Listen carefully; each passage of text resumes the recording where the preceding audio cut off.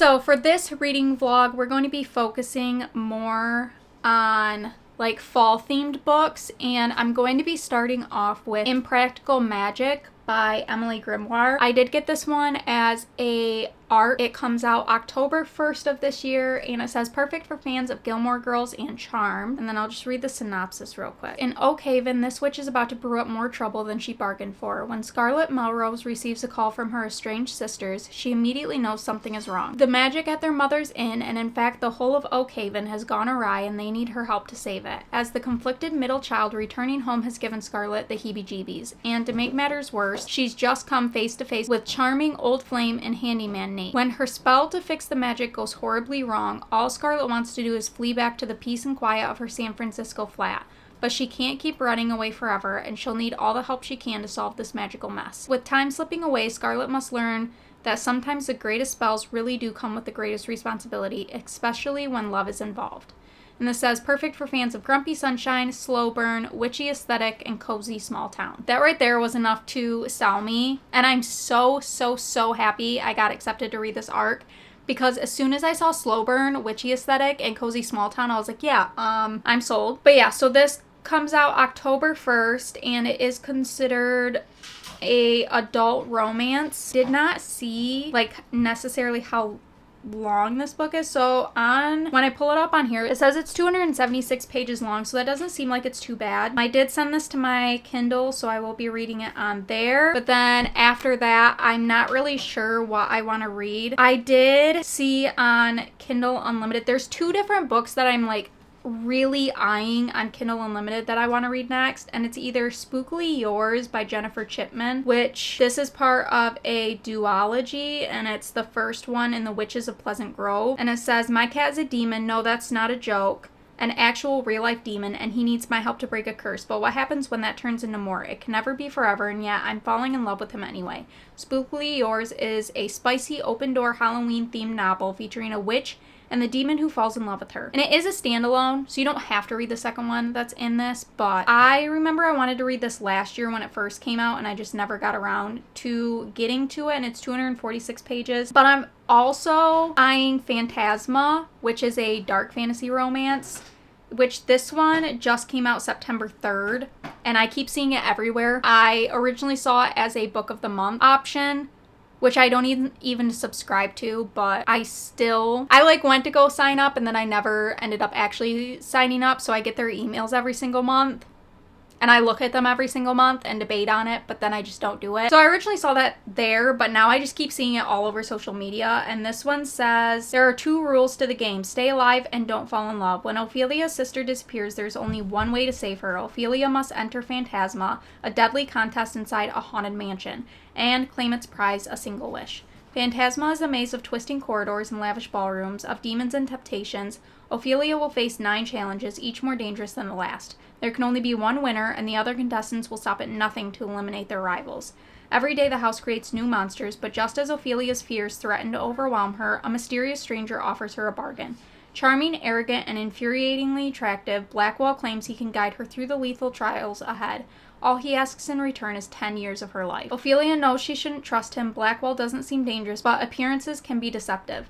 Worse still, she feels a dark and irresistible attraction drawing them closer and closer. Her life is on the line, but in Phantasma, the only thing deadlier than losing the game is losing your heart. And then it says A Court of Thorns and Roses meets Caraval. The synopsis kind of reminds me of The Serpents and the Wing of Night also. But this says, with steamy romance, a sexy, morally gray love interest, OCD rep, and jaw-dropping twists, Phantasma is perfect for fans of Rebecca Yarros, Nisha J. Tooley, and Carissa Broadbent.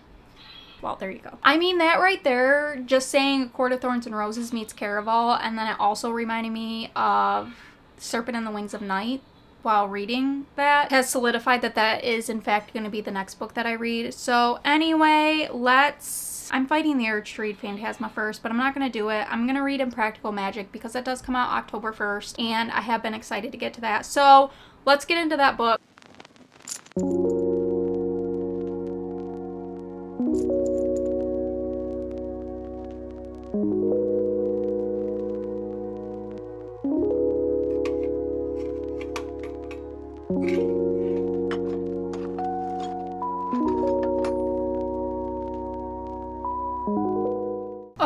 wanted to give a little bit of a update on Impractical Magic, or whatever it's called. Yeah, Impractical Magic.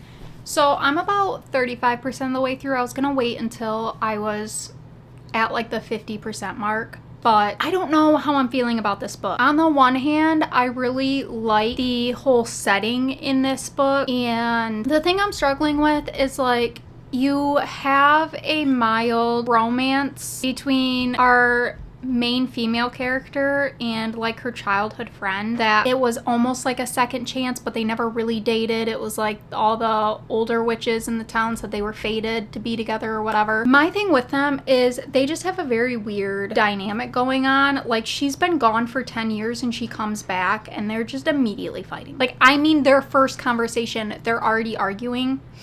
So it's definitely like a weird dynamic between the two. And the other thing that's bothering me is I feel like there's just too many references to the modern day. I knew going into this that this was set in modern time. It's just this magical town, but in today's day and age. And I just don't like how often modern things are said. Like, it talks about, it only brings up TikTok once, so whatever. But there's so many references to like song names and like using today's lingo, I guess you would call it, and it's just kind of, I don't like that. I don't mind stories set in today's day and age. I don't mind if there's a few things thrown here and there, but I feel like there's just these random clusters of just 5 titles of songs just thrown into the conversation for like no reason. And I don't know, it just kind of takes me out of the story, and I don't care. So that's kind of bugging me.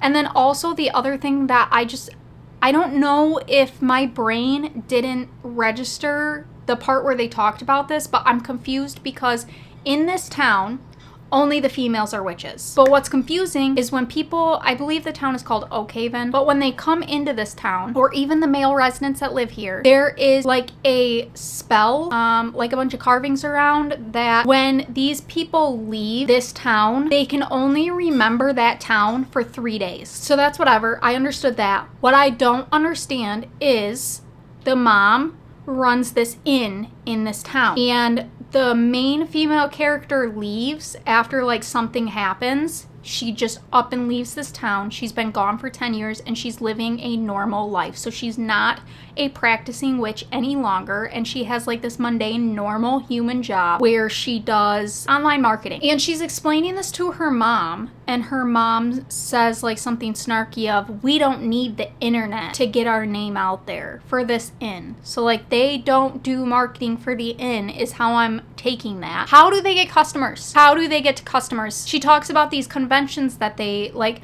people will rent out these rooms there. How do they get these people to come here to change the themes if no one's gonna remember it when they leave? What am I missing here? Like, that's just taking me, I'm thinking so hard into this, and maybe I just like didn't register when something was said where it explained that. The thing that got me on this tangent is they're having like a bunch of people come in right now at the point where I'm at. How did you find out about this inn? I don't understand. I'm lost. I don't get it. I don't really know what's going on with that. And it's taking me out of the story. Every time that I see a new person come to this inn, I'm like, how? Maybe it's as simple as it takes 3 days to forget. So maybe as soon as they're leaving, or maybe while they're there, they're like blogging about it and they post online. Okay, I'll stop ranting about that. That was like my biggest update, is I'm just really lost. If something gets explained, you know, I'll come back and I'll tell you guys. So far, I have very mixed feelings about this. I really like the atmosphere of the whole story. I'm pretty interested in the plot to see how things get resolved. Anyway, back to reading. I'll update you guys later. I finished Impractical Magic yesterday morning, I want to say. Hard for me to fully put into words about that book. I'm giving it a 3-star flat. Freya, stop eating the tree. I'm giving that a flat 3 stars. It wasn't that it was bad. I don't know what exactly it was about that book. The key points to it is more cozy. It's kind of like a low stakes. I don't know. It's cozy, but it's not cozy. You know, I don't really know how to describe that, but it's small town. It mainly made it sound like romance is kind of a bigger plot point than it really is in that book. I, for the most part, liked the characters. I liked the aesthetic of the book. The whole entire like atmosphere to it. My things that kind of took away from the rating were, one, even though it is set in modern time, I just don't really like when books mention modern things often. So like the mention of TikTok in the book, which that's only mentioned once or I think it's twice it's mentioned, so that wasn't really that big of a deal. But when mixed with like the movie references, the music references, I don't want that to be like the descripting things in a book. And then also, I didn't like how there's like this big mystery behind why our main character left this town for 10 years. And throughout the book, she brings it up where she's like, oh, that big thing that happened on why I left. I don't know how I'm going to face anybody in this town after that happened. But then it doesn't really explain what happened, which was fine. I like the mystery aspect of that. I liked not knowing until towards the end, but I just didn't like how often our main character thought about it or said it to somebody else in there before you find out, because it's mentioned so many times and you don't find out until like the 90% mark. So that was a little frustrating to me. And then my final thing was just, I really didn't see the chemistry and connection between the two main characters. It didn't feel convincing. So the atmosphere was there, the plot line was there. Like, I feel like it had a good plot to it. I also am just kind of like dipping my toes into kind of that cozier thing, and I'm not quite used to it, so maybe that's just me expecting more out of it than I should have. Also, maybe that genre is just not for me. Maybe I just don't really like the cozier kind of lower stakes thing, because even though the main plot kind of comes across as higher stakes, it's not. I think that there are plenty of people who would really enjoy this because it definitely has that kind of more relaxed fall witchy romance to it. So if that is like the types of books that you like and you gravitate towards, I would definitely recommend picking it up when it comes out. On another note, I did start Phantasma yesterday after I finished that, and this is a dark fantasy romance, and I am only 5% of the way through this. I'm on, I think, chapter 2, and I'm excited to see where this one goes because this is kind of more up my alley. I will update you guys as I get further along in this book or if anything crazy happens.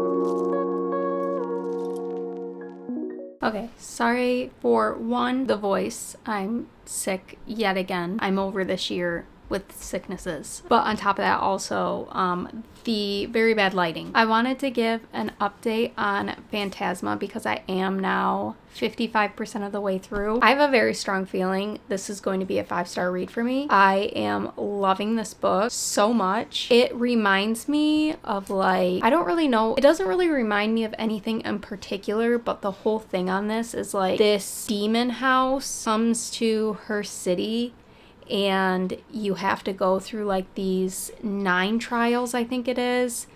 Each night is a different trial, and each night the trials are revolving around a different demon. So kind of like Kingdom of the Wicked, where you have like greed, lust. I don't know, those are the only 2 coming to my head, but like all of the different princes of hell in that is like the different demon trials that you get in here. And our main character is a necromancer, and she becomes like the head of the family type deal after her mom passes away. At the very beginning, that's like the first page is her mom being dead and her like performing the thing to get her magic. So you're kind of following that as she's like navigating her new role, but on top of it, all these trials, and she has to get she ends up getting the help and like making a bargain with one of the phantoms. I think he's a phantom. There's like different types of ghosts. So you have like the apparitions, which are just people who have like just recently passed, and they pretty much can only be in like ghost form. They can't become solid or anything like that. And then it changes. Like ghouls are people who have been on this planet or on this plane, I don't remember what you call it, for too long, and they've pretty much lost all like morality. And then you have phantoms who they're like more powerful, and they can become corporeal. Is that the right term? Is corporeal the right term that I'm looking for? Like they can solidify? I don't know. But anyway, so she makes like a bargain with him, and he's helping her out through this.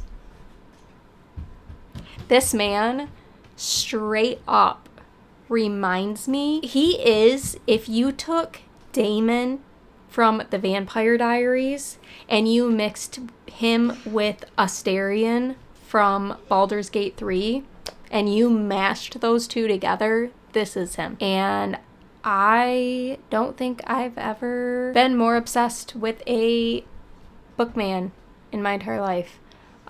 He's everything. I'm living for his character. Every single time that he is on a page, I know that I'm about to just absolutely devour that scene. If you have not picked this book up yet, there is spice in it, so let that be known. If you don't like books with spice in it, maybe skip this one. But if you don't mind spice and you have not picked this book up yet, what are you doing? What are you doing? This is Kindle Unlimited. If you don't pay for Kindle Unlimited, it is only $2.99, and it is well worth the $2.99. I've been having way too much fun reading this book. Highly recommend it. Let me just read a couple of the quotes in here that are completely out of context, so I feel like it's fine to say. One of the things he says is, "You can do anything you want, Angel. I'd let you drag me to the depths of hell right now if that would please you." She says the one who isn't almost naked, and his response is, "I could change that if you'd like." This one had me laughing. He says, and then he also, after this whole entire thing, this is the moment that like really solidified the whole Damon and Astarion combo. There's like this whole entire scene that happens, and then his response to the whole thing is, "Actually, do tell. I'm desperate to know what sort of wicked fantasies live in your head." He also at one point says, "If you want to play rough, I have better games we can play, ones that involve less clothing." I think that's my only selling point that I need to tell you. If you've played Baldur's Gate 3, then you know what I'm talking about with Astarion. If you've watched the Vampire Diaries, you know what I'm talking about with Damon. I'm gonna get back to reading this. I was editing and realized I never did like my final review on Phantasma. So here's that. It got 5 stars. Still thinking about that book. What I liked about it was, one, just the atmosphere was absolutely perfect for fall. It has the dark, grim atmosphere, the demons, necromancers, ghosts. The romance was romancing. The plot was really good. I enjoyed like the pace of the book. It was fast enough where I wasn't getting bored, but not to the point where I felt like things were getting skipped over. It had high stakes in it, and I really enjoyed the trials. It just felt very like original. It didn't feel super repetitive on like other books like it. I liked the take on it. I thought it was a fun fall read. Another thing is also, it definitely reminded me of like a darker Caraval. So if you loved Caraval, I really think that you will enjoy this book, and I would highly recommend picking it up. I don't want to ramble too long on it because I did ramble in the last clip about everything. Overall, it's just, I enjoyed all the characters. There were none of them that I disliked. There is another book after this one. I don't know how many are going to be. I don't know if it's just going to be a duology or if it's going to be like a trilogy. You don't have to keep going, which I did like about this. This one follows Ophelia, and the next one follows her sister. So you don't really have to go into the next one if you don't want to. I want to, because I'm kind of hoping, there were like a couple characters in this book that I'm kind of hoping we get to see in the next one. I don't know if there will be any of the characters from this first one other than like the sister, but I'm kind of hoping that some of the people that were in this demon house, really some of the demons that were in there, I'm kind of hoping that maybe they'll be in the next one and we get to see more of them, or even possibly get some background on them, because there were some that I am really interested to hear more about, or maybe like a little novella will come out about them. But yeah, just know that it is a duology, but you can read this one without reading the other ones. You could read this as a standalone. There's no like huge cliffhanger at all. So I just think it's the perfect fall read. And if you're looking for something fun, there is smut in it. Just know that going into it. But if you are looking for the perfect fall read, look no further. Highly recommend picking that up. Really enjoyed it. This was a decent mix of books.